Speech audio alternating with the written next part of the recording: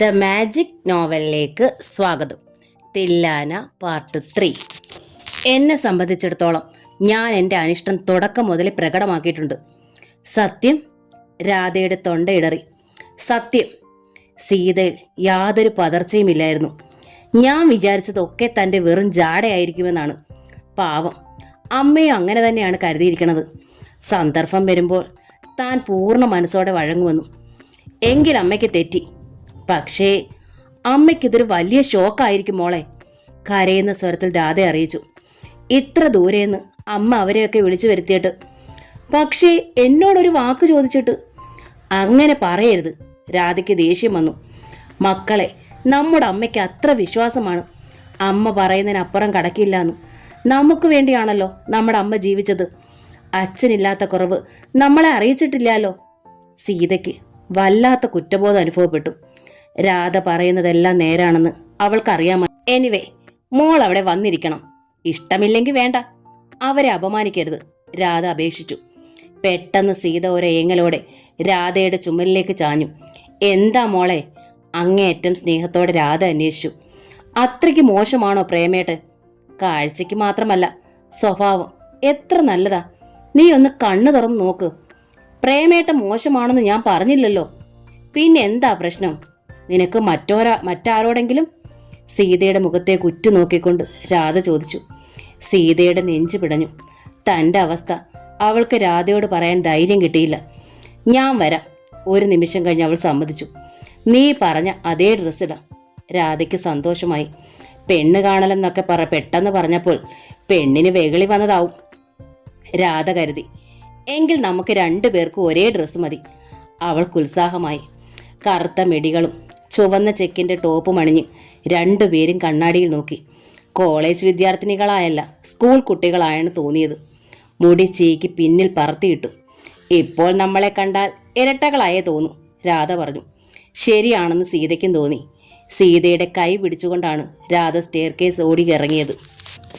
രണ്ടും മാറിയല്ലോ, നളിനി അതിശയം പ്രകടിപ്പിച്ചു.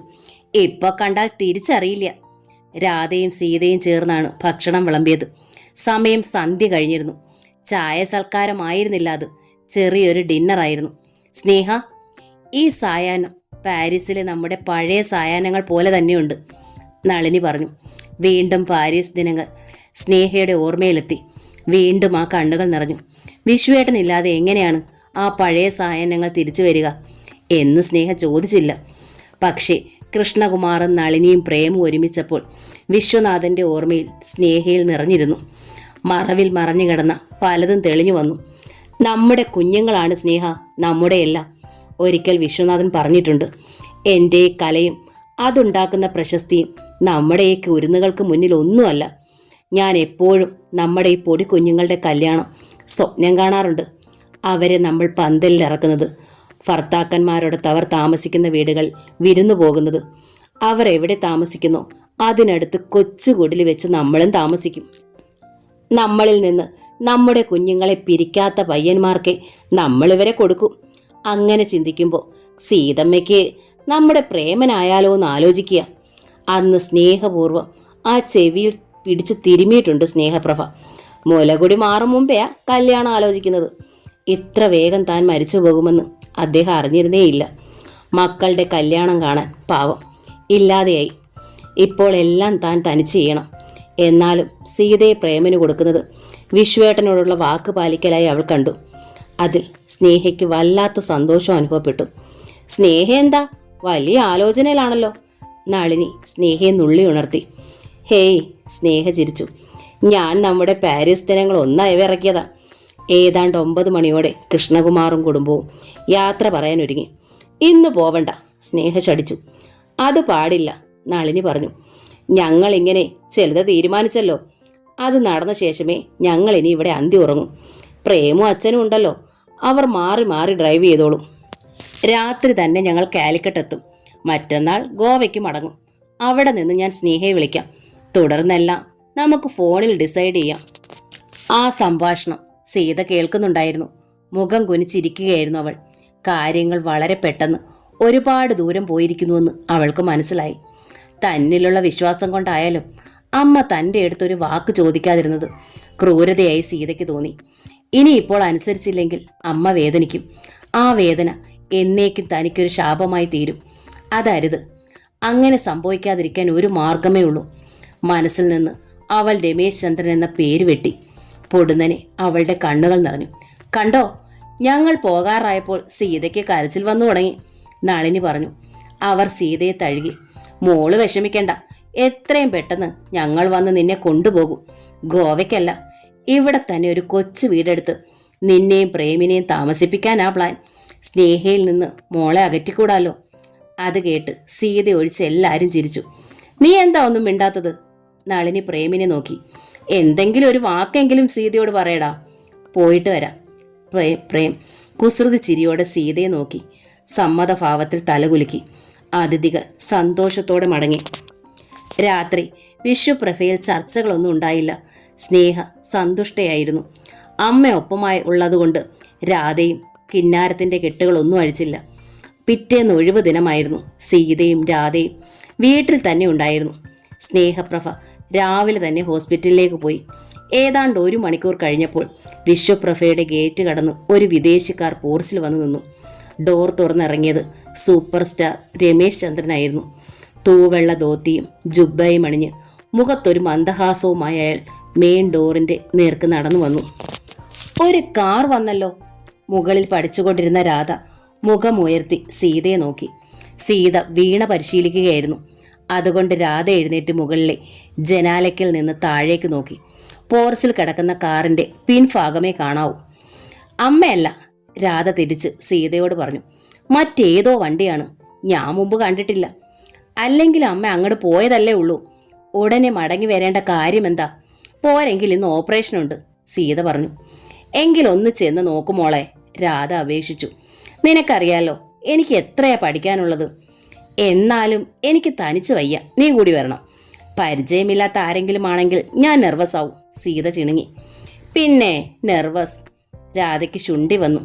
നിനക്ക് ഇഷ്ടമുള്ളവരടുത്ത് നീ നെർവസ് അല്ല, ഇഷ്ടമില്ലാത്തവരുടെ അടുത്താ നെർവസ് ആവുക. നീ എപ്പോഴും നിനക്ക് ഇഷ്ടമുള്ളതല്ലേ ചെയ്യൂ. മറ്റുള്ളവരെ കുറിച്ച് ചിന്തയേയില്ല. ശരി. കയ്യിലിരിക്കുന്ന ബുക്ക് അവർ മേശയിലേക്ക് എറിഞ്ഞു. ഞാൻ പഠിക്കണില്ല. അതിഥികൾ ആര് വന്നാലും എൻ്റർടൈൻ ചെയ്യേണ്ടത് എൻ്റെ ജോലിയാണല്ലോ. ഓക്കെ, പറഞ്ഞിട്ട് രാധ സ്റ്റെയർ കേസിൻ്റെ നേർക്ക് നടന്നു. പെട്ടെന്ന് സീത എഴുന്നേറ്റ് വന്ന് രാധയുടെ കൈ പിടിച്ചു. നോ മോളൂ. സീത കൊഞ്ചലോടെ അനിയത്തെ നോക്കി. ഞാൻ പൊയ്ക്കോളാം, എൻ്റെ മോള് പഠിച്ചോളൂ. ചിലപ്പോൾ പ്രേമേട്ടനാവും. രാധ കുസൃതിയിൽ ചിരിച്ചു. പ്രേമേട്ടൻ ഇന്നലെ കോഴിക്കോടിന് പോയല്ലോ. പോകൂന്ന് പറഞ്ഞെങ്കിലും പോയോ എന്ന് നമുക്ക് തീർച്ചയില്ലല്ലോ. ചിലപ്പോൾ ഈ സുന്ദരി ഒന്നുകൂടി കാണണമെന്ന് വെച്ച് ഇവിടെ തന്നെ തങ്ങിയാണെങ്കിലോ? There is a chance. പേടിപ്പിക്കണ്ട, ആരായാലും ഞാൻ ഫേസ് ചെയ്യും. അങ്ങനെ പറഞ്ഞെങ്കിലും സീതയുടെ ഉള്ളിൽ നേരിയൊരു പരിഭ്രമം നുരയുന്നുണ്ടായിരുന്നു. പ്രേമേട്ടനാകുമോ? അങ്ങനെയാണെങ്കിൽ ശരിക്കും കുഴയുമെന്ന് അവൾക്ക് അറിയാമായിരുന്നു. എന്താണ് അയാളോട് പറയേണ്ടതെന്ന് അവൾക്ക് തീരെ നിശ്ചയമുണ്ടായിരുന്നില്ല. എന്നെ മറക്കാൻ കഴിയുമെങ്കിൽ ഒന്ന് ശ്രമിച്ചുകൂടെ എന്ന് അപേക്ഷിക്കാൻ മനസ്സുകൊണ്ട് അവൾ അപ്പോഴും ആഗ്രഹിച്ചിരുന്നു. സീത സ്റ്റെയർ കേസിൻ്റെ 2 പടി ഇറങ്ങിയതേ ഉള്ളൂ. അപ്പോൾ താഴെ നിന്ന് അന്നാമ്മച്ചേട്ടത്തി വിളിച്ചു പറഞ്ഞു, മോളെ വിസിറ്ററുണ്ട്. അവൾ ഇറങ്ങി താഴെ എത്തും വരെ പുഞ്ചിരിച്ച മുഖത്തോടെ അന്നാമ്മച്ചേട്ടത്തി താഴെ നിന്നു. സീത അരികിലെത്തിയതും അത്യധികമായ സന്തോഷത്തോടെ, ഒരു സിനിമാ നടനാ, ഞാൻ ശരിക്ക് കണ്ടു. ഞാൻ ആദ്യമാ എൻ്റെ പൊന്നു മോളെ ഒരു സിനിമാ നടനെ ഇങ്ങനെ അടുത്ത് കാണുന്നത്. വരണമാസം വീട്ടിൽ ചെല്ലുമ്പോൾ പിള്ളേരോട് എനിക്കിത് പറയണം. സീതയുടെ നെഞ്ചിൽ തീ ആളുകയായിരുന്നു. മറ്റേത് സിനിമാ നടനാണ് ഇവിടെ വരാനുള്ളത്? രമേശ് തന്നെ. പുറത്ത് ഡോറിലാണ് നിന്നിരുന്നത്. അന്നാമ്മച്ചേട്ടത്തി തുടർന്നു. വലിയ ഒരാളായതുകൊണ്ട് അകത്ത് കയറി ഇരിക്കാൻ പറഞ്ഞു. കുറ്റമൊന്നുമില്ലല്ലോ. അവർ ആകാംക്ഷയിൽ സീതയെ നോക്കി. ഇല്ല എന്നർത്ഥത്തിൽ സീത തല കുലുക്കി. എന്നാത്തിനാ ഇങ്ങോട്ട് വരുന്നത്? ഡോക്ടർ സാറെ കാണാനാണോ? അന്നാമ്മച്ചേട്ടത്തി സീതയെ നോക്കി. ആണുങ്ങൾ എന്തിനാണാവോ പെണ്ണുങ്ങളുടെ ഡോക്ടറെ കാണുന്നത്? അതോ ഇനി വേറെ വല്ല കാര്യത്തിനുമാണോ? കൂട്ടത്തിൽ ഭാര്യയൊന്നും കണ്ടില്ലല്ലോ കേട്ടോ. ഏതായാലും മോൾ അങ്ങോട്ട് ചെല്ല്. സീതയ്ക്ക് അനങ്ങാൻ കഴിഞ്ഞില്ല. രമേശ് തന്നെയാണ് വന്നിരിക്കുന്നതെന്ന് അവൾക്ക് ഉറപ്പുണ്ടായിരുന്നു. ജോസഫൈൻ വിളിച്ച് വിവരം പറഞ്ഞിരിക്കും. എന്നാലും ഇത്ര വേഗം എത്തുമെന്ന് വിചാരിച്ചില്ല. ഒരു ഫോൺ കോളാണ് പ്രതീക്ഷിച്ചത്. അങ്ങനെയായിരുന്നെങ്കിൽ നിശബ്ദം ഫോൺ വെക്കാമായിരുന്നു. ഇനിയിപ്പോൾ എന്തു ചെയ്യും? ഇന്നലെ വൈകുന്നേരത്തിന് മുമ്പ് രമേശ് വരേണ്ടതായിരുന്നു. ഇത് എന്നതായത്? മനുഷ്യന്മാരാരും ഇറങ്ങി ചെല്ലാതിരുന്ന അങ്ങേര് എന്ത് വിചാരിക്കും? മോള് ചെല്ലെന്നേ. അന്നമ്മ ചേട്ടത്തി സീതയെ പിടിച്ച് ഡ്രോയിങ് റൂമിലേക്ക് ഉന്തി. അമ്മയില്ലാത്തപ്പോ നിങ്ങളെ രണ്ടും വേണ്ടായോ? കൊച്ചിന് പേടിയാണെങ്കിൽ ചേട്ടത്തി രാധമോളെ വിളിക്കാം. വേണ്ട. സീത തടയും പോലെ അന്നാമ്മ ചേട്ടത്തിയുടെ കൈ പിടിച്ചു. രാധ ഇതറിയണ്ട എന്ന് അവൾ നിശ്ചയിച്ചു. രാധയും കൂടെ വരാതിരുന്നത് നന്നായി എന്ന് കരുതി. അവൾ ഒപ്പമുണ്ടായിരുന്നാൽ തൻ്റെ നിശ്ചയമായിരിക്കില്ല അവളുടെ നിശ്ചയമാവും നടക്കുക. കൂടുതൽ ആലോചിക്കാതെയാവും അവൾ മറുപടികൾ പറയുക. മാത്രമല്ല, അവളുടെ വികാരമായിരിക്കില്ലല്ലോ ഇക്കാര്യത്തിൽ തൻ്റെ വികാരം. ഒരു വിധത്തിൽ സീത ധൈര്യം ആർജിച്ചു. വാതിൽ വിരി ഒതുക്കി അവൾ ഡ്രോയിങ് റൂമിലേക്ക് കടന്നു. ഒരു കോണിലെ സോഫയിൽ ഒരു ഡോക്ടേഴ്സ് ജേണൽ മറിച്ചു നോക്കിക്കൊണ്ടിരിക്കുകയായിരുന്നു രമേശ് ചന്ദ്രൻ. കാലച്ച കേട്ട് അയാൾ മെല്ലെ നോട്ടം തിരിച്ചു. സീതയെ കണ്ട് ആ കണ്ണുകൾ വിടർന്നു. മുഖം പുഞ്ചിരിയിൽ തെളിഞ്ഞു. മെല്ലെ എഴുന്നേറ്റുകൊണ്ട് രമേശ് പറഞ്ഞു, ലൊക്കേഷനിൽ നിന്ന് പറന്നു വരികയായിരുന്നു ഞാൻ. ഒരു തരത്തിലും എനിക്ക് പോരാൻ പറ്റാത്ത സാഹചര്യം. ഞാനൊന്ന് വന്നു പോകുന്നതിന് വേണ്ടി കമ്പനി 1/2 കോടി രൂപയെങ്കിലും നഷ്ടപ്പെടുത്തണം. പക്ഷേ എനിക്ക് എത്ര കോടികളേക്കാൾ വലിയ നഷ്ടമാണ് സംഭവിക്കാൻ പോകുന്നത്. അതുകൊണ്ടാ എങ്ങനെയും വന്നത്. ഈ പോക്കിന്റെ പേരിൽ ഇൻഡസ്ട്രിയിൽ ചിലപ്പോൾ എനിക്ക് ചീത്തപ്പേരുണ്ടായെന്ന് വരാം. ശത്രുക്കളാണെങ്കിൽ കരുതിയിരിക്കുകയാണ്. എന്നിട്ട് ഞാൻ തീരുമാനിച്ചു, എനിക്ക് ഈ ഇൻഡസ്ട്രി പോയാലും സീത പോകാൻ പാടില്ലെന്ന്. രമേശിന്റെ തൊണ്ടയിടറി. സീതയ്ക്ക് കരച്ചിൽ വന്നു. രമേശിനെ കുറിച്ചല്ല അവൾ ഓർത്തത്, തന്നെക്കുറിച്ച്. ഈ സാഹചര്യത്തിൽ താൻ എന്താണ് ചെയ്യേണ്ടത്? വിളിച്ചു വരുത്തിയത് ആ മനസ്സ് തകർക്കുന്നൊരു വാർത്ത സമ്മാനിക്കാനാണോ? എന്താ സീത വല്ലാതെ? ഇവിടെ എന്തെങ്കിലും കുഴപ്പം? രമേശിന്റെ മുഖത്ത് പരിഭ്രമം നിറഞ്ഞു. സീതയുടെ മുഖം താണു. അവൾക്ക് വീർപ്പുമുട്ടലുണ്ടായി. പ്ലീസ്. രമേശ് അടുത്തേക്ക് വന്നു. എനിക്ക് ഈ സൈലൻസ് സഹിക്കാൻ പറ്റില്ല. ഞാനൊരു സിനിമാ നടനായിരിക്കാം, പ്രസിദ്ധനായിരിക്കാം, പക്ഷേ മനസ്സുകൊണ്ട് സാധുവാണ്. ടെൻഷൻ താങ്ങാൻ എനിക്ക് വയ്യ. എൻ്റെ ജീവിതം അവസാനിച്ചു എന്നാണോ സീത പറയാൻ പോകുന്നത്? സീത മെല്ലെ മുഖമുയർത്തി രമേശിനെ നോക്കി. എനിക്കെന്തെങ്കിലും സംഭവിച്ചു എന്ന് വെച്ച് രമേശിൻ്റെ ജീവിതം അവസാനിക്കുമോ? ഉവ്വ്, രമേശ് പറഞ്ഞു. അതുകൊണ്ടാണല്ലോ ഇത്ര അകലെ നിന്ന് പ്രാണൻ പിടഞ്ഞ് ഞാൻ പാഞ്ഞെത്തിയത്. എങ്കിൽ ഞാൻ സോറി പറയുന്നു. ഒരു വിധത്തിലാണ് സീത പറഞ്ഞൊപ്പിച്ചത്. രമേശിൽ ഞെട്ടലുണ്ടായി. അയാൾ കിതയ്ക്കാൻ തുടങ്ങി. എന്തിന്? രമേശ് ചോദിച്ചു. എന്തിനാണ് സീത എന്നോട് സോറി പറയുന്നത്? എന്നെ നിരാശപ്പെടുത്തേണ്ടി വരുന്നത് കൊണ്ടാണോ? സത്യത്തിൽ നിരാശയല്ല, മരണമാണ് എനിക്ക് സംഭവിക്കുക. ഇങ്ങനെയൊന്നും പറയരുത്, സീത അപേക്ഷിച്ചു. നല്ലതായി. സീതയ്ക്കൊന്നും പറയാനില്ലേ? ആശ തരുന്ന എന്തെങ്കിലും ഒരു വാചകം. വളരെ അകലെ നിന്നാണ് ഞാൻ വന്നിരുന്നത്. വന്ന അതേ വേഗത്തിൽ എനിക്ക് തിരിച്ചു പോകേണ്ടിയിരിക്കുന്നു. നല്ലതായി ഒന്നും സീതയ്ക്ക് പറയാനില്ലെങ്കിൽ ഞാൻ എങ്ങനെ തിരിച്ചു പോകും?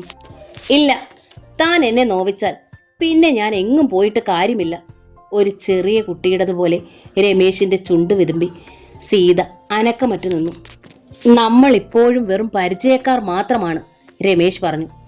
അതിനപ്പുറം ഒരടി മുന്നോട്ട് നീങ്ങാൻ എനിക്ക് കഴിഞ്ഞില്ല. വെറും പരിചയത്തിൽ നമ്മുടെ ബന്ധം അവസാനിക്കുമോ? ഞാൻ വിളിച്ചാൽ താൻ എൻ്റെ ഒപ്പം എവിടേക്കും വരുമെന്ന് ജോസഫൈൻ എൻ്റെ അടുത്ത് സൂചിപ്പിച്ചിരുന്നു. ആ ധൈര്യം കൊണ്ടുകൂടിയാണ് ഞാൻ പാഞ്ഞു വന്നത്. ഞാൻ ശരിക്കും ധർമ്മസങ്കടത്തിലാണ് രമേശ്, സീത ശബ്ദിച്ചു. എന്നെ മനസ്സിലാക്കണം. അമ്മ എനിക്ക് കല്യാണം നിശ്ചയിച്ചിരിക്കുന്നു. ഇന്നലെ വൈകുന്നേരം അനൗപചാരികമായി അത് തീരുമാനിക്കപ്പെട്ടു. സീത, രമേശ് നിലവിളിച്ചു. അമ്മ ഞങ്ങളുടെ എല്ലാമാണ്, സീത പറഞ്ഞു. അമ്മ ജീവിച്ചത് ഞങ്ങളീ മക്കൾക്ക് വേണ്ടിയാണ്. അച്ഛൻ്റെ കാര്യമൊക്കെ എല്ലാവർക്കും അറിവുള്ളതാണല്ലോ. ആ വേദന അമ്മ മറക്കുന്നത് ഞങ്ങൾ ഈ 2 മക്കളെ കൊണ്ടാണ്. എൻ്റെ കല്യാണം തീരുമാനിക്കാനുള്ള അവകാശം എൻ്റെ അമ്മയ്ക്കാണ്. അതുകൊണ്ടാണ് രമേശ് അടുക്കാൻ ശ്രമിച്ചപ്പോഴൊക്കെ ഞാൻ അകന്നു മാറിയത്. ഞാൻ അമ്മയെ കാണാം സീത, രമേശ് പറഞ്ഞു. തൻ്റെ അമ്മയുടെ കാല് പിടിക്കാൻ ഞാൻ. അവർ പറയുന്നതെല്ലാം അനുസരിക്കാം. അവരിൽ നിന്ന് ഞാൻ ഒരിക്കലും തന്നെ അകറ്റില്ല. വാക്ക് തരാം. എനിക്കൊന്നും വേണ്ട. താൻ നഷ്ടമാവാതിരുന്നാൽ മതി. രമേശ് ഇപ്പോൾ ചെറിയ കുട്ടികളെ പോലെയാണ് സംസാരിക്കുന്നത്. ഇത്രയും വലിയ ആൾ. എന്തു വലിയ ആൾ! സങ്കടത്തിലും ആത്മനിന്ദയിലും രമേശ് മുഖം ചൊളിച്ചു. ഞാൻ ആരുമല്ല. സീത നഷ്ടപ്പെട്ടാൽ പിന്നെ ഞാൻ ആരുമല്ല. എന്നെ കൂടാതെ എത്രയോ പെൺകുട്ടികൾ, എത്രയോ സുന്ദരിമാർ ഈ ലോകത്തുണ്ട്. തൻ്റെ സൗന്ദര്യമാണ് എന്നെ ആകർഷിച്ചെന്നാണോ കരുതുന്നത്? ഒരു സിനിമാക്കാരനാണ് ഞാൻ. സൗന്ദര്യത്തിൻ്റെ ലോകത്തു നിന്നാ ഞാൻ വരുന്നത്. തൻ്റെ ഈ മുഖത്ത് ഞാൻ കാണുന്നത് തൻ്റെ മനസ്സാ. എന്നെ തന്നെ വേണം. മറ്റൊരു വിശദീകരണം എനിക്ക് അതേ സംബന്ധിച്ച് പറയാനില്ല. ഇപ്പോൾ തന്നെ ഞാൻ അമ്മയെ കാണാം. അതിനുകൂടിയാണ് ഞാൻ വന്നത്. അമ്മ ഹോസ്പിറ്റലിലാണ്. പിന്നിൽ നിന്നാണ് രാധയാണ് പറഞ്ഞത്. സീതയും രമേശും ഞെട്ടലോടെ തിരിഞ്ഞു നോക്കി. ഉടൻ രാധ രമേശിനെ അറിയിച്ചു. ഞാൻ രാധ, സീതയുടെ സിസ്റ്റർ. രമേശ് രാധയെ നോക്കി കൈകൂപ്പി. പക്ഷേ രാധയിൽ യാതൊരു പ്രതികരണവും ഉണ്ടായില്ല. എങ്കിൽ ഞാൻ ഹോസ്പിറ്റലിൽ ചെന്ന് സീതയുടെ അമ്മയെ കാണാം. എന്താ? രമേശ് സീതയും രാധയും മാറി മാറി നോക്കി. എന്തിന്? രാധ പുരികം ചുളിച്ചു. അനൗപചാരികമായി ആ കല്യാണം നിശ്ചയിക്കപ്പെട്ടു എന്ന് സീത തന്നെ പറഞ്ഞുവല്ലോ. ഇനി എന്താ ബാക്കിയുള്ളത്? എൻ്റെ അവസ്ഥ ഞാൻ അമ്മയോട് പറയാം, രമേശ് അറിയിച്ചു. സീതയ്ക്ക് എന്നോടുള്ള താല്പര്യവും. പക്ഷേ അമ്മയ്ക്ക് താല്പര്യം മറ്റൊരു ചെറുപ്പക്കാരിലാണ്. അയാളുടെ മാതാപിതാക്കൾക്ക് അമ്മ വാക്ക് കൊടുക്കുകയും ചെയ്തു. ഇനി ആ വാക്ക് ഞങ്ങളായി മാറ്റുന്നത് ശരിയല്ലെന്ന് രമേശ് ചന്ദ്രൻ സാറിന് അറിയാമല്ലോ. രമേശ് മുഖം കുനിച്ചു. സീതയ്ക്ക് ഹൃദയം നുറുങ്ങുന്നതായി തോന്നി. താൻ ശരിക്കും രമേശിനെ സ്നേഹിക്കുന്നുണ്ടെന്ന് അവൾക്ക് ബോധ്യമായി. അയാളെ വേദനിപ്പിക്കാൻ തനിക്ക് കഴിയില്ല. നിരാശനായി രമേശ് ഇറങ്ങിപ്പോയാൽ പിന്നെ മനസമാധാനത്തോടെ ജീവിക്കാനോ മറ്റൊരു വിവാഹത്തിന് ശിരസ് കുനിക്കാനോ തനിക്ക് സാധ്യമല്ല. ഓക്കെ, രമേശ് തലകുലുക്കി. പിന്നെ നിറഞ്ഞ മിഴികളോടെ രാധയും സീതയെ നോക്കി. കുറച്ച് നിമിഷങ്ങളോളം സീതയുടെ മുഖത്ത് ആ കണ്ണുകൾ തടഞ്ഞു. ഇത്രയും നേരം വളരെ ബാലിശമായ ഞാൻ സംസാരിച്ചത്. സോറി. ഞാൻ എൻ്റെ നിലയും വിലയും ഒക്കെ മറന്നുപോയി. എന്നേക്കാൾ പ്രായം കുറഞ്ഞ 2 പെൺകുട്ടികളുടെ മുന്നിലാണ് ഞാൻ ഈ വില കുറഞ്ഞ നാടകം കളിച്ചത്. ക്ഷമിക്കണം. ഇനി എന്നെക്കൊണ്ട് യാതൊരു ശല്യം ഉണ്ടാവില്ല. അയാൾ തിരിഞ്ഞു പുറത്തേക്ക് നടന്നു. വാതിൽ കടന്നു മറഞ്ഞു. ആ കാർ സ്റ്റാർട്ടാക്കുന്ന ശബ്ദം കേൾക്കുമ്പോഴും സീത നിന്നിടത്ത് തന്നെ അനക്കമറ്റു നിന്നു. ഒപ്പം രാധയും നിന്നിരുന്നു. ആ കാർ ഗേറ്റ് കടന്നുവെന്ന് ബോധ്യമായതും രാധ വന്ന് സീതയുടെ ചുമലിൽ കൈവച്ചു. എനിക്കറിയാം മോളെ നിന്റെ സങ്കടം. നിനക്ക് അയാളെ ഇഷ്ടമാണ്. നമ്മളൊക്കെ പുറത്തിറങ്ങി നടക്കുന്ന പെൺകുട്ടികളാണ്. നമുക്ക് അനുരൂപരായ പലരോടും താല്പര്യം തോന്നും. അതൊരു തമാശ. മെല്ലെ ചുമൽ കുലുക്കിയിട്ട് അതങ്ങ് അവഗണിക്കണം. That is the style. No. പെട്ടെന്നാണ് സീതയുടെ മുഖം മുറുകിയത്. ചുണ്ടുകൾ മുറുകി. എന്താ സീത? രാധ അമ്പരപ്പിൽ അവളെ നോക്കി. ഞാൻ രമേശിൻ്റെ ഒപ്പം പോകും, സീത പറഞ്ഞു. എനിക്ക് അയാളെ വേണ്ടെന്ന് വെക്കാൻ കഴിയില്ല. രാധ പകച്ചുപോയി. ചലനമറ്റ് അവൾ സഹോദരിയെ നോക്കി നിന്നു. ആദ്യത്തെ ആ ഫോണില്ലേ? സീത ചോദിച്ചു. അതിനു മുമ്പേ എൻ്റെ മനസ്സ് ഇങ്ങനെ ആയതാണ്. അയാളെ കോളേജിൽ വെച്ച് കണ്ടത് മുതൽ, അയാൾ എന്നോട് താല്പര്യം കാട്ടിയത് മുതൽ. അപ്പോൾ പ്രേമേട്ടൻ? രാധ കിതച്ചു. എനിക്കറിയില്ല, സീത കൈമലർത്തി. നമ്മുടെ അമ്മ ഇതെങ്ങനെ സഹിക്കും? എനിക്കറിയില്ല രാധ. സീത പൊട്ടിക്കരഞ്ഞുകൊണ്ട് രാധയുടെ നെഞ്ചിലേക്ക് ചാഞ്ഞു. എനിക്കറിയില്ല രാക്കുട്ടി. സീതയെ രാധയ്ക്ക് മനസ്സിലാകുന്നുണ്ടായിരുന്നു. അംഗീകരിക്കാനാവുന്നില്ലെങ്കിലും സഹോദരിയെ മുകളിലേക്ക് കൂട്ടിക്കൊണ്ടുപോയി രാധ. Cool down. രാധ സീതയെ നോക്കി. മോൾ ഒട്ടും വിഷമിക്കേണ്ട. ഈ പ്രശ്നം ഞാൻ പരിഹരിച്ചു തന്നോളാം. എങ്ങനെ? സീത ചോദിച്ചു. കിടക്കൂ സീത. ഒന്നും ആലോചിക്കാതെ കുറച്ചു നേരം ശാന്തമായി കിടക്കൂ. നമുക്കെന്തേലും ചെയ്യാം. ഞാനില്ലേ നിന്റെ കൂടെ?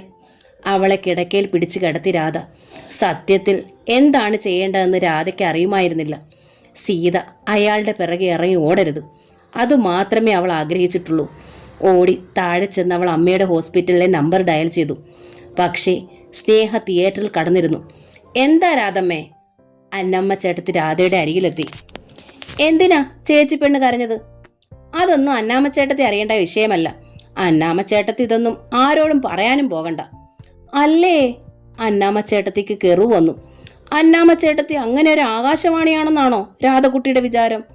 ഞാനായി വീട്ടിൽ നിന്ന് പുറത്തിറങ്ങണില്ല. എൻ്റെ വീട്ടിലൊന്ന് പോകുന്നത് തന്നെ 2 മാസം കൂടുമ്പോഴാ. പോയാലോ പിറ്റേന്നിൻ്റെ പിറ്റേന്നോ ഇങ്ങ് തിരിച്ചു പോരും. ഞാൻ ആരോടാ എന്നാ പറയുന്നെന്നാ? പറയണമെന്നല്ല, പറയണ്ടാന്ന്. മനസ്സിലായോ? രാധ അന്നമ്മ ചേട്ടത്തി ഒന്ന് തറച്ചു നോക്കി. തൻ്റെ നാമൂസ് രാധക്കുട്ടിയുടെ അടുത്ത് ചെലവാകില്ലെന്ന് അന്നമ്മയ്ക്കറിയാം. സീതക്കുട്ടിയും സ്നേഹ കൊച്ചമ്മയും പാവങ്ങളാണെന്ന് അന്നമ്മ ചേട്ടത്തി പറയണത് അതുകൊണ്ടാണ്. എൻ്റെ പൊന്നേ, ഞാനൊന്നും പറയണില്ല. കൈ മലർത്തിക്കൊണ്ട് അന്നാമ്മ തിരിഞ്ഞു നടന്നു. ആ സിനിമാക്കാരൻ വന്നു നിന്ന് എന്തെല്ലാമോ കയ്യും കലാശവും കാണിക്കുകയോ ഏതാണ്ടെല്ലാം പറയുകയോ ചെയ്തായിരുന്നു. ഞാൻ കണ്ടാൽ ആ കണ്ട കാര്യം ഡോക്ടർ കൊച്ചമ്മയോടൊന്നും പറയേണ്ട കടമയുണ്ടല്ലോ. ഇനിയിപ്പോൾ അത് വേണ്ടെങ്കിൽ വേണ്ട, എനിക്കെന്നതാ നഷ്ടം. അവർ അടുക്കളയിലേക്ക് കയറിപ്പോയി. രാധിക തിരികെ ചെല്ലുമ്പോൾ സീത കാർപ്പറ്റിലിരുന്ന് പഴയപടി വീണ വായിക്കുകയാണ്. സീതയുടെ മനസ്സ് ശാന്തമായിരിക്കാമെന്ന് രാധ ഊഹിച്ചു. അങ്ങനെയെങ്കിൽ ഇനിയും ആ വിഷയത്തിൽ സ്പർശിക്കേണ്ട എന്നും തീരുമാനിച്ചു. എന്നാൽ അമ്മയ്ക്കൊരു സൂചനയെങ്കിലും നൽകാതിരിക്കുന്നത് ശരിയല്ല എന്നും അവൾക്ക് തോന്നി. ഊണ് കഴിക്കാൻ സ്നേഹപ്രഭ വീട്ടിലെത്തി. ഒന്നും സംഭവിച്ച മട്ടിലില്ലായിരുന്നു സീതയുടെ മുഖത്ത്. അന്നാമ്മച്ചേട്ടത്തെ ഇടയ്ക്കിടെ അർത്ഥഗർഭമായി സീതയും രാധയും മാറി മാറി നോക്കി. അമ്മയും മക്കളും ഒരുമിച്ചിരുന്നാണ് ലഞ്ച് കഴിച്ചത്. ഡ്യൂട്ടിയിലായിരുന്നു സ്നേഹ. അരമണിക്കൂർ നേരത്തെ വിശ്രമത്തിന് ശേഷം സ്നേഹപ്രഭ ഹോസ്പിറ്റലിലേക്ക് മടങ്ങാനൊരുങ്ങി. അവൾ കാറിൽ കടന്നിരുന്നു. ഡോർ അടച്ചപ്പോഴാണ് രാധ ഓടി അരികിലെത്തിയത്.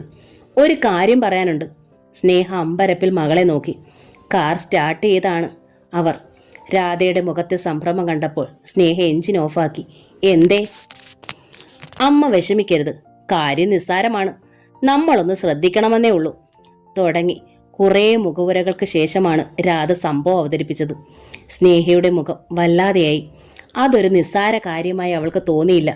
കാറിൽ നിന്ന് ഇറങ്ങിയാലോ എന്നവൾ ആലോചിച്ചു. പിന്നെ സ്വയം നിയന്ത്രിച്ചു. ശരി, നീ അവളെ ശ്രദ്ധിക്കണം. വല്ല ഫോണും വന്നാൽ വിശേഷിച്ചു.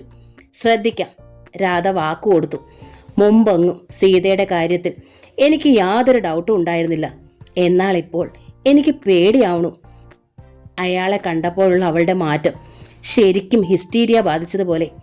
മറുപടിയൊന്നും പറയാതെ സ്നേഹ രാധയുടെ മുഖത്തേക്ക് തന്നെ നോക്കി നിന്നു.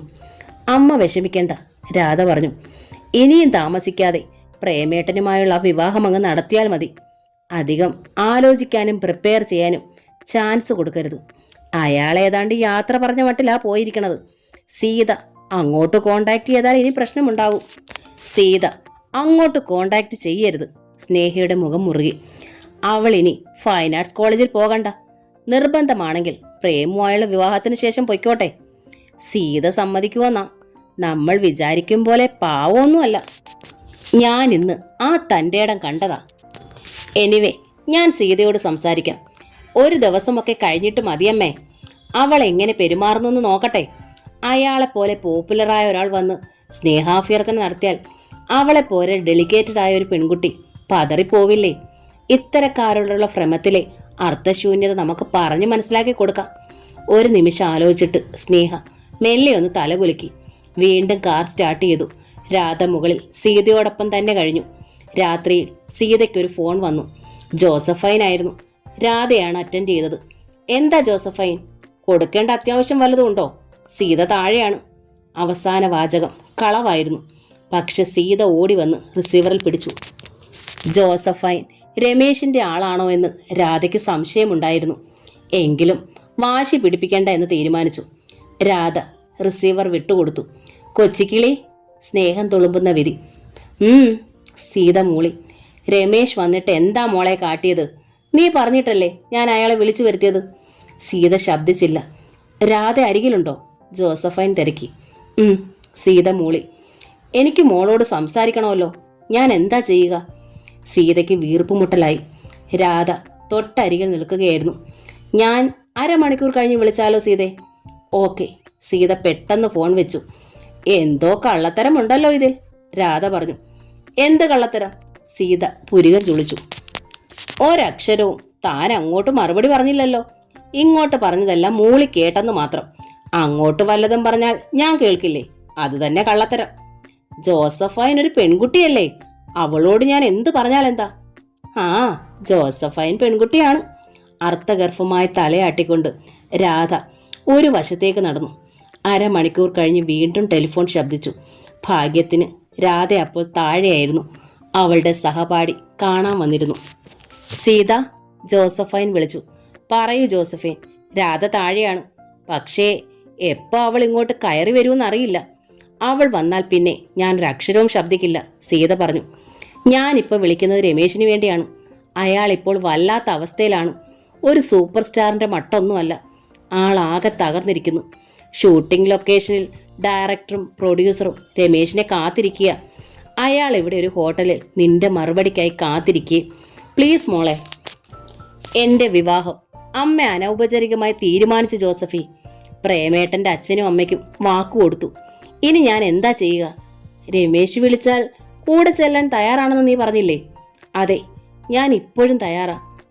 നീ അങ്ങനെയൊന്ന് പറഞ്ഞാ മതി. ഈ നിമിഷം രമേശ് ഷൂട്ടിങ്ങിന് മടങ്ങും. പ്ലീസ് സീത, നീ രമേശിനോടൊന്ന് സംസാരിക്കേ. രമേശ് എവിടെയുണ്ട്? ചുറ്റുമൊന്ന് കണ്ണോടിച്ചിട്ട് സീത ശബ്ദം താഴ്ത്തി അന്വേഷിച്ചു. രമേശ് ദാ എൻ്റെ തൊട്ടരികിലുണ്ട്. ഹോട്ടലിൻ്റെ റിസപ്ഷനിലാണ് ഞങ്ങൾ. ഞാൻ രമേശിന് ഫോൺ കൊടുക്കാം. രമേശിൻ്റെ സെൽഫോണിലായിരുന്നു ജോസഫൈൻ സംസാരിച്ചിരുന്നത്. അവൾ അത് രമേശിൻ്റെ കയ്യിലേക്ക് തന്നെ കൊടുത്തു. ഫോണുമായി രമേശ് ആളൊഴിഞ്ഞൊരു കോണിലേക്ക് നടന്നു. സീത, അയാൾ മൃദുവായി വിളിച്ചു. സീത, എന്തെങ്കിലും ഒരു വാക്ക് പറയൂ. സീതയുടെ ദേഹം വിറയ്ക്കുന്നുണ്ടായിരുന്നു. രമേശ് ജോസഫൈൻ്റെ ഒപ്പമുണ്ടാകുമെന്ന് അവൾ ഓർത്തില്ല. പെട്ടെന്ന് അയാളോട് സംസാരിക്കാനുള്ള ധൈര്യവും അവൾക്കുണ്ടായിരുന്നില്ല. സീത, പ്ലീസ്. ശബ്ദം അമർത്തി രമേശ് കേണു. അവിടെ വന്ന് ഞാൻ നിരാശപ്പെട്ടത് അറിയാമല്ലോ. വീണ്ടും എന്നെ തളർത്തരുത്. ഇനിയും ശല്യപ്പെടുത്തില്ലെന്ന് പറഞ്ഞാണ് പോകുന്നതെങ്കിലും ശല്യമാവാതിരിക്കാൻ എനിക്ക് കഴിയണില്ല. എല്ലാ മര്യാദകളെ ലംഘിക്കുന്നതാണ് എൻ്റെ സ്നേഹം. ദയവായി എന്നെ മനസ്സിലാക്കുക. ഞാൻ മനസ്സിലാക്കുന്നു, സീത ശബ്ദിച്ചു. ഇല്ല, രമേശ് പറഞ്ഞു. സീത എന്നെ മനസ്സിലാകുന്നില്ല. ഒരു സിനിമാക്കാരൻ്റെ ഫാൻറ്റസിയായി സീത എൻ്റെ സ്നേഹത്തെ കാണരുത്. സീതയെ ഞാൻ വിവാഹം കഴിക്കാൻ ആഗ്രഹിക്കുന്നു. വേണമെങ്കിൽ ദാ ഇന്ന് തന്നെ. സീത എനിക്കായി കാത്തിരിക്കേണ്ട കാര്യമില്ല. എന്നാൽ ഞാൻ സീതയ്ക്കായി കാത്തിരിക്കാൻ തയ്യാറുമാണ്. സീതയ്ക്ക് വേണ്ടി ഈ പ്രൊഫഷൻ പോലും ഞാൻ ഉപേക്ഷിക്കാം. ഞാൻ എന്തു വേണമെന്ന് മാത്രം പറഞ്ഞാൽ മതി. രമേശ് എന്ത് ചെയ്താലും സാധാരണ രീതിയിൽ നമ്മുടെ വിവാഹം നടക്കില്ല. എന്ന് വെച്ചാൽ എൻ്റെ അമ്മ അതിന് അനുവദിക്കില്ല എന്ന് തന്നെ. അമ്മയ്ക്ക് അച്ഛൻ്റെ പഴയ സ്നേഹിതൻ്റെ മകനിലാണ് താല്പര്യം. സീതയ്ക്കോ? എനിക്കോ അതായിരുന്നു താല്പര്യമെങ്കിൽ നമ്മൾ തമ്മിൽ ഇങ്ങനെയൊരു സംസാരം ഉണ്ടാവില്ലായിരുന്നല്ലോ. രമേശിൻ്റെ ഉള്ളിൽ ഒരു തണുത്ത കാറ്റ് വീശി. എവിടെയോ മുല്ലമുട്ടുകൾ വിരിയുന്നതായും അയാൾക്ക് അനുഭവപ്പെട്ടു. അപ്പോൾ സീതയ്ക്ക് എന്നിൽ താല്പര്യമുണ്ട്. വെറും താല്പര്യമുണ്ടെന്ന് മാത്രമേ മനസ്സിലായുള്ളൂ. രമേശിൻ്റെ ഹൃദയം കോരിത്തരിച്ചു. മറുപടി പറയാൻ അയാൾ ഒരു നിമിഷം വൈകി. വെറും താല്പര്യമുണ്ടെന്നല്ല, ഞാൻ സ്നേഹിക്കുന്നതിൻ്റെ അത്രയെങ്കിലും സീത എന്നെ സ്നേഹിക്കുന്നുണ്ടെന്ന്. പക്ഷേ ആ നാവിൽ നിന്ന് എനിക്ക് കേൾക്കാൻ താല്പര്യമുണ്ട്. ഞാൻ വിളിച്ച സീത ഇറങ്ങി വരുമോ എന്നും. ഇറങ്ങി വരും. വളരെ തിടുക്കത്തിലാണ് സീത പറഞ്ഞത്. സന്തോഷത്തിൻ്റെ ഒരു സ്തബ്ധതയുണ്ടായി രമേശിൽ. അയാളുടെ കണ്ണുകൾ നിറഞ്ഞു. തൊണ്ടയിടറി. ഇനഫ്, ഞാൻ ഇനി താമസിക്കുന്നില്ല. ലൊക്കേഷനിലേക്ക് മടങ്ങുകയാണ്. ഒരാഴ്ച കഴിഞ്ഞ് വീണ്ടും ഇവിടെ എത്തും. അതിനു മുമ്പ് സീതയുടെ വിവാഹം നടക്കില്ലല്ലോ. ഇല്ലെന്ന് വിചാരിക്കാം. ഏതായാലും അമ്മയെ പ്രകോപിപ്പിക്കേണ്ട. നമ്മൾ തമ്മിലുള്ള വാക്ക് രഹസ്യമായിരിക്കട്ടെ. ശരി. സീതയുടെ തൊണ്ട അടഞ്ഞു. എങ്കിൽ ബാക്കി പിന്നീട്. മെസ്സേജുകൾ എന്തെങ്കിലും ഉണ്ടെങ്കിൽ ജോസഫൈനെ അറിയിക്കുക. എല്ലാ വിവരങ്ങളും ജോസഫൈൻ്റെ കൈവശമുണ്ടാകും. ഓക്കെ ദേ. രമേശ് ഫോൺ കട്ട് ചെയ്തില്ല. സീതയ്ക്കും ഫോൺ വയ്ക്കാൻ വിഷമം അനുഭവപ്പെട്ടു. അപ്പോഴാണ് സ്റ്റെയർ കേസിൽ പാദശബ്ദം കേട്ടത്. പിന്നെ അവൾക്ക് നിവൃത്തിയില്ലാതായി. രാധയോടൊപ്പം MBBS ചെയ്യുന്ന ജീവനും അനിയത്തി ലക്ഷ്മിയുമായിരുന്നു അതിഥികൾ. സ്നേഹപ്രഭ ജോലി ചെയ്യുന്ന സുഗത ഹോസ്പിറ്റലിൻ്റെ ഉടമ ഡോക്ടർ ഹരിലാലിൻ്റെ മക്കളാണ് ജീവനും ലക്ഷ്മിയും. ജീവൻ രാധയുടെ നല്ല ഫ്രണ്ടാണ്. പക്ഷേ ബോയ് ഫ്രണ്ട് അല്ല. ലക്ഷ്മി മെഡിക്കൽ എൻട്രൻസ് എഴുതിയിരിക്കുന്നു. അവൾക്ക് രാധയുടെ ഫ്രണ്ട്ഷിപ്പ് വേണം. അതിനാണ് ജീവൻ അനിയത്തിയും കൂട്ടി വന്നിരിക്കുന്നത്.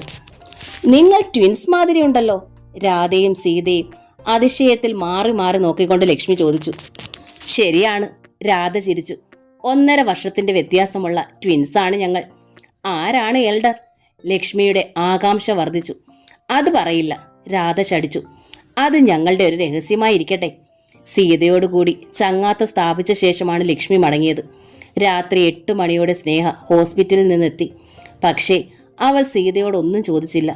യാതൊന്നും അസാധാരണമായി ഭാവിച്ചതുമില്ല. 2 ദിവസം കഴിഞ്ഞു. 2 ദിവസം രാത്രിയിൽ ഗോവയിൽ നിന്നും നളിനിയുടെ ഫോൺ വന്നു. ഞങ്ങൾ സുഖമായി ഇങ്ങെത്തി. പ്രേം അങ്ങോട്ടേക്ക് ബിസിനസ് പറിച്ചു നടാനുള്ള ശ്രമം ആരംഭിച്ചു കഴിഞ്ഞു. ബാക്കി പ്രൊസീഡിങ്സ് എല്ലാം സ്നേഹയെ അങ്ങോട്ട് ഏൽപ്പിക്കുകയാണ്. സ്നേഹപ്രഭയ്ക്ക് ഉത്തരമുട്ടി. എന്താ ഒന്നും പറയാത്തത്? ഇനിയുള്ള ജോലികൾ സ്നേഹയ്ക്ക് തനിച്ച് ചെയ്യാവുന്നതേ ഉള്ളൂ. അനാർഭാടമായ ഒരു കൊച്ചു കല്യാണം, അതാ ഞങ്ങൾ ആഗ്രഹിക്കുന്നത്. അതിൻ്റെ മുഴുവൻ ചെലവും ഞങ്ങൾ വഹിക്കും. സ്നേഹപ്രഭയ്ക്ക് ഉത്തരമുട്ടി. ഓക്കെ എന്ന് മാത്രമാണ് സ്നേഹ ശബ്ദിച്ചത്. സീതയുടെ മനസ്സിലിരിപ്പിനെക്കുറിച്ച് സ്നേഹയ്ക്ക് നല്ല ഭയമുണ്ടായിരുന്നു. ഭയം കൊണ്ടാണ് അവളെ ചോദ്യം ചെയ്യാതിരുന്നതും. സീത ഇനി മുതൽ കോളേജിൽ പോകണ്ട എന്ന് രാധയുടെ അടുത്ത് കൽപ്പനയിട്ടെങ്കിലും പിന്നീട് അതേപ്പറ്റി മിണ്ടിയതേയില്ല. ഞാൻ പോകുമെന്ന് അവൾ ഉറപ്പിച്ചു പറഞ്ഞാലോ? അത്താഴം കഴിഞ്ഞ് അന്നാമ്മ ചേട്ടത്തി താഴെ ഡ്രോയിങ് റൂമിലിരുന്ന് ടി വി കാണുകയായിരുന്നു. ടി വിയിൽ രമേശ് ചന്ദ്രൻ്റെ ഒരു അടിപൊളി നൃത്തരംഗമാണ് നടന്നിരുന്നത്. അന്നാമ്മ ചേട്ടത്തി ഒരു കുസൃതി ചിരി കടിച്ചമർത്തിക്കൊണ്ട് ടി വിയുടെ വോളിയം ഒന്ന് കൂട്ടി. മുകളിലിരുന്ന് പെയിന്റിംഗ് ചെയ്യുകയായിരുന്ന സീതയുടെ ബ്രഷ് നിശ്ചലമായി. രാധ അർത്ഥഗർഭമായി സ്നേഹയെ നോക്കി. സ്നേഹയുടെ മുഖം ചുവന്നു. ബ്രഷ് താഴെ ഡിഷിലിട്ട് സീത മെല്ലെ ഇരിപ്പിടത്തിൽ നിന്ന് എഴുന്നേറ്റു. സ്റ്റെയർ കേസിന്റെ നേർക്ക് നടക്കാനായി അവൾ തിരിഞ്ഞപ്പോഴേക്കും സ്നേഹ വിളിച്ചു, സീത. സീത ഞെട്ടലോടെ തിരിഞ്ഞു നോക്കി. എവിടെ പോകുന്നു സീത? ഗൗരവത്തോടെ സ്നേഹ അന്വേഷിച്ചു. താഴേക്ക്. സീത മന്ത്രിച്ചു. എന്തിന്? ഇത്തിരി വെള്ളം കുടിക്കാൻ. ആലോചന കൂടാതെയാണ് പറഞ്ഞത്. പെട്ടെന്ന് സ്നേഹ എഴുന്നേറ്റ് ടീപ്പോയിലെ വെള്ള ജഗ്ഗിൽ നിന്ന് കുറച്ച് ജീരകവെള്ളം എടുത്ത് ഗ്ലാസ്സിലേക്ക് പകർന്ന് സീതയ്ക്ക് നീട്ടി. എനിക്ക് ചൂടുവെള്ളം വേണ്ട, ഇത്തിരി തണുത്ത വെള്ളം മതി, സീത പറഞ്ഞു. സത്യത്തിൽ ചൂടുവെള്ളത്തിന്റെ ആളാണ് അവൾ. സ്നേഹയ്ക്കറിയാം തണുത്ത വെള്ളം തൊണ്ട കേടുവരുത്തുമെന്ന് പലരോട് ഉപദേശിക്കുന്നതും കേട്ടിട്ടുണ്ട്. എങ്കിൽ നീ ഇവിടെ ഇരുന്ന് പെയിന്റ് ചെയ്തോളൂ, ഞാൻ പോയി വെള്ളം എടുത്തോണ്ട് വരാം, സ്നേഹ പറഞ്ഞു. സീത വല്ലാതായി. തൻ്റെ ലക്ഷ്യം അമ്മയ്ക്ക് മനസ്സിലായിരിക്കുന്നു. സീതയിൽ ജാളി അനുഭവപ്പെട്ടു. വേണ്ട, എനിക്ക് വെള്ളം വേണ്ട. സീത തിരികെ തൻ്റെ ഇരിപ്പിടത്തിൽ ചെന്നിരുന്നു. അങ്ങനെ പറഞ്ഞാൽ പറ്റില്ല. തണുത്ത വെള്ളം കുടിക്കാൻ ആഗ്രഹിച്ചാൽ അത് തന്നെ കുടിക്കണം, അല്ലെങ്കിൽ അത് നിന്റെ വരയും ബാധിക്കും. ഭാവന ചിറക് വിടർത്തണ്ടേ? ഒരു കുസൃതി ചിരി കടിച്ചമർത്തിക്കൊണ്ട് സ്നേഹ താഴേക്ക് നടന്നു. രാധ ഒളി കണ്ണാൽ സീതയെ ശ്രദ്ധിച്ചു. ഈസലിന് മുന്നിൽ ചുണ്ട് കടിച്ചമർത്തിയിരിക്കുകയാണ് സീത. രാധയ്ക്ക് പക്ഷേ തമാശ തോന്നിയില്ല. സീതയുടെ വിഷമം അവൾക്ക് മനസ്സിലാവുന്നുണ്ടായിരുന്നു. സ്നേഹ താഴെ ചെന്നതും ടി വി ഓഫാക്കി. ഇതെന്നതായത്? അന്നാമ്മ ചേട്ടത്തി ശുണ്ടിക്ക് വന്നു. ഡോക്ടർ സാറിന് കാണണ്ടാന്ന് വെച്ച് മറ്റുള്ളവരും കാണണ്ടേ? കാണണ്ടാന്ന് ഞാൻ പറഞ്ഞില്ല. ഇങ്ങനെ ഫുൾ വോളിയത്തിലല്ല ടി വി കാണുന്നത്. കുട്ടികൾക്ക് മുകളിലിരുന്ന് പഠിക്കണം. പഠിത്തത്തിന്റെ കാര്യമൊന്നും പറയണ്ട. സ്നേഹ കേൾക്കാത്തത്ര പതുക്കെ. അന്നാമ്മ ചേട്ടത്തി പെറുപെറുത്തു. പിന്നെ ടി വിയുടെ മുന്നിൽ നിന്ന് എഴുന്നേറ്റു. സ്നേഹ നേരെ ഡൈനിങ് റൂമിലേക്കാണ് നടന്നത്. ഫ്രിഡ്ജ് തുറന്ന് ഒരു ഗ്ലാസ് തണുത്ത വെള്ളം എടുത്തുകൊണ്ടുവന്ന് സ്റ്റെയർ കേസ് കയറി. ദാ തണുത്ത വെള്ളം. സ്നേഹ ഗ്ലാസ് സീതയുടെ മുന്നിൽ കൊണ്ടുവന്ന് വെച്ചു. എനിക്ക് വേണ്ട, സീത പറഞ്ഞു. മോള് ദേഷ്യപ്പെടണ്ട, സ്നേഹ ചിരിച്ചു. ഞാൻ താഴെ എത്തും മുമ്പ് ആ നൃത്തരംഗം അവസാനിച്ചിരുന്നു. അമ്മ വേണമെങ്കിൽ വീഡിയോ ലൈബ്രറിയിൽ നിന്ന് ആ പടത്തിൻ്റെ ഒരു കാസറ്റ് വാങ്ങിക്കൊണ്ട് വരാം. സീതയുടെ മുഖം കുനിഞ്ഞു. നടീനടന്മാരോട് ആരാധനയൊക്കെ തോന്നുന്നത് സ്വാഭാവികമാണ്, അതിൽ തെറ്റൊന്നുമില്ല. പക്ഷേ അത്തരം തമാശകൾ അതിൻ്റെതായ പരിധിക്കുള്ളിൽ നിർത്തണം. നീ ഒരു സാധാരണ പെൺകുട്ടിയല്ല, ഡോക്ടർ സ്നേഹപ്രഭയുടെ മകളാണ്. സ്നേഹപ്രഭയുടെ മകൾക്ക് ഒരുപാട് ലിമിറ്റേഷൻസ് ഉണ്ട്. സ്നേഹ പറഞ്ഞു. അമ്മ എല്ലാം അറിഞ്ഞിരിക്കുന്നുവെന്ന് അവൾക്ക് ഉറപ്പായി. രാധ പറഞ്ഞതാവാം, അല്ലെങ്കിൽ അന്നാമ്മ ചേട്ടത്തി. പിറ്റേന്ന് രാവിലെ സീത രാധയോട് അതേക്കുറിച്ച് സംസാരിച്ചു. അമ്മ എങ്ങനെയാണ് അറിഞ്ഞത്? ഞാൻ പറഞ്ഞു, രാധ സമ്മതിച്ചു. പറയേണ്ടത് എൻ്റെ കടമയാണെന്ന് എനിക്ക് തോന്നി. ഇപ്പോഴും സീത ചെയ്യുന്നത് ശരിയാണെന്നുള്ള തോന്നൽ എനിക്കില്ല.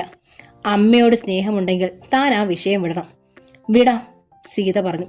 പക്ഷേ പെട്ടെന്നിപ്പോൾ ഒരു വിവാഹം എനിക്ക് വയ്യ. ഇത് കുറേ ഡിലേ ആവാൻ നീ എന്നെ സഹായിക്കണം. വിവാഹം ഉടനെ നടത്തണമെന്നാ അമ്മയ്ക്ക്. പ്രേമേട്ടൻ്റെ അച്ഛനും അമ്മയ്ക്കും വാക്ക് കൊടുത്തതല്ലേ.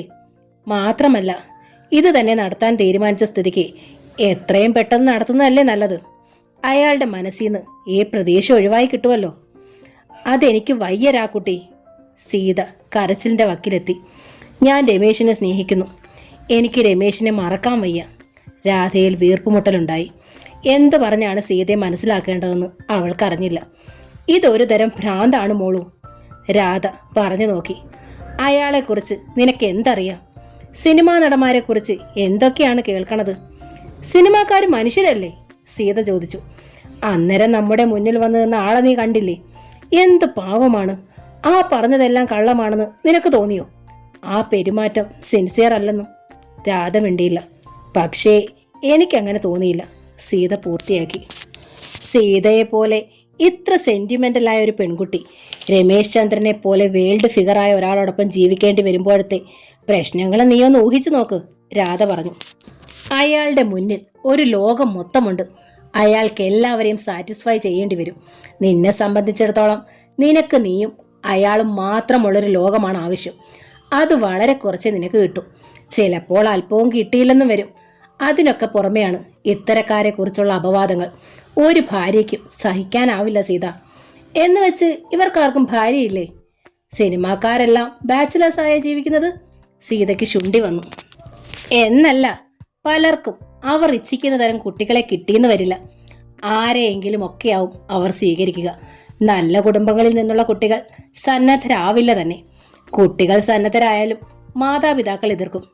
അല്ലെങ്കിൽ അത് സിനിമാക്കാരുടെ കുടുംബമായിരിക്കണം, അല്ലെങ്കിൽ ഏതെങ്കിലും തരത്തിൽ സിനിമയുമായി ബന്ധപ്പെട്ടൊരു വ്യക്തി, അതുമല്ലെങ്കിൽ വിവാഹ ചന്തയിൽ എടുക്കാച്ചരക്കായവൾ, സൗന്ദര്യമോ വിദ്യാഭ്യാസമോ ആരോഗ്യമോ കുറഞ്ഞവൾ. ഏറ്റവും ഒടുവിൽ നിന്നെ പോലെ പ്രേമിച്ച് ആത്മഹത്യാ ശൈലിയിൽ എടുത്തു ചാടുന്നവരും പെടും. ഓക്കെ, സീത തലകുലുക്കി. ഞാൻ അത് തന്നെ തീരുമാനിച്ചു. ആത്മഹത്യയെങ്കിൽ ആത്മഹത്യ. ഡ്രോയിങ് റൂമിനോട് ചേർന്നുള്ള ബുക്ക് ഷെൽഫിന് മുന്നിൽ വെച്ചായിരുന്നു സഹോദരിമാരുടെ ആ വാഗ്വാദം. മുകളിൽ നിന്ന് ഇറങ്ങി വന്ന സ്നേഹപ്രഭയെ രണ്ടാളും കണ്ടില്ല. സീതയാണെങ്കിൽ വികാരക്ഷോഭം മൂലം അമ്മ വീട്ടിലുണ്ടെന്നുള്ള കാര്യം വരെ മറന്നിരുന്നു. ആ ആത്മഹത്യ എന്റേതാണെങ്കിലോ? സ്നേഹപ്രഭ സീതയുടെ മുന്നിലേക്ക് നടന്നു വന്നു. സീതയും രാധയും ഒരുപോലെ സ്തബ്ധരായി.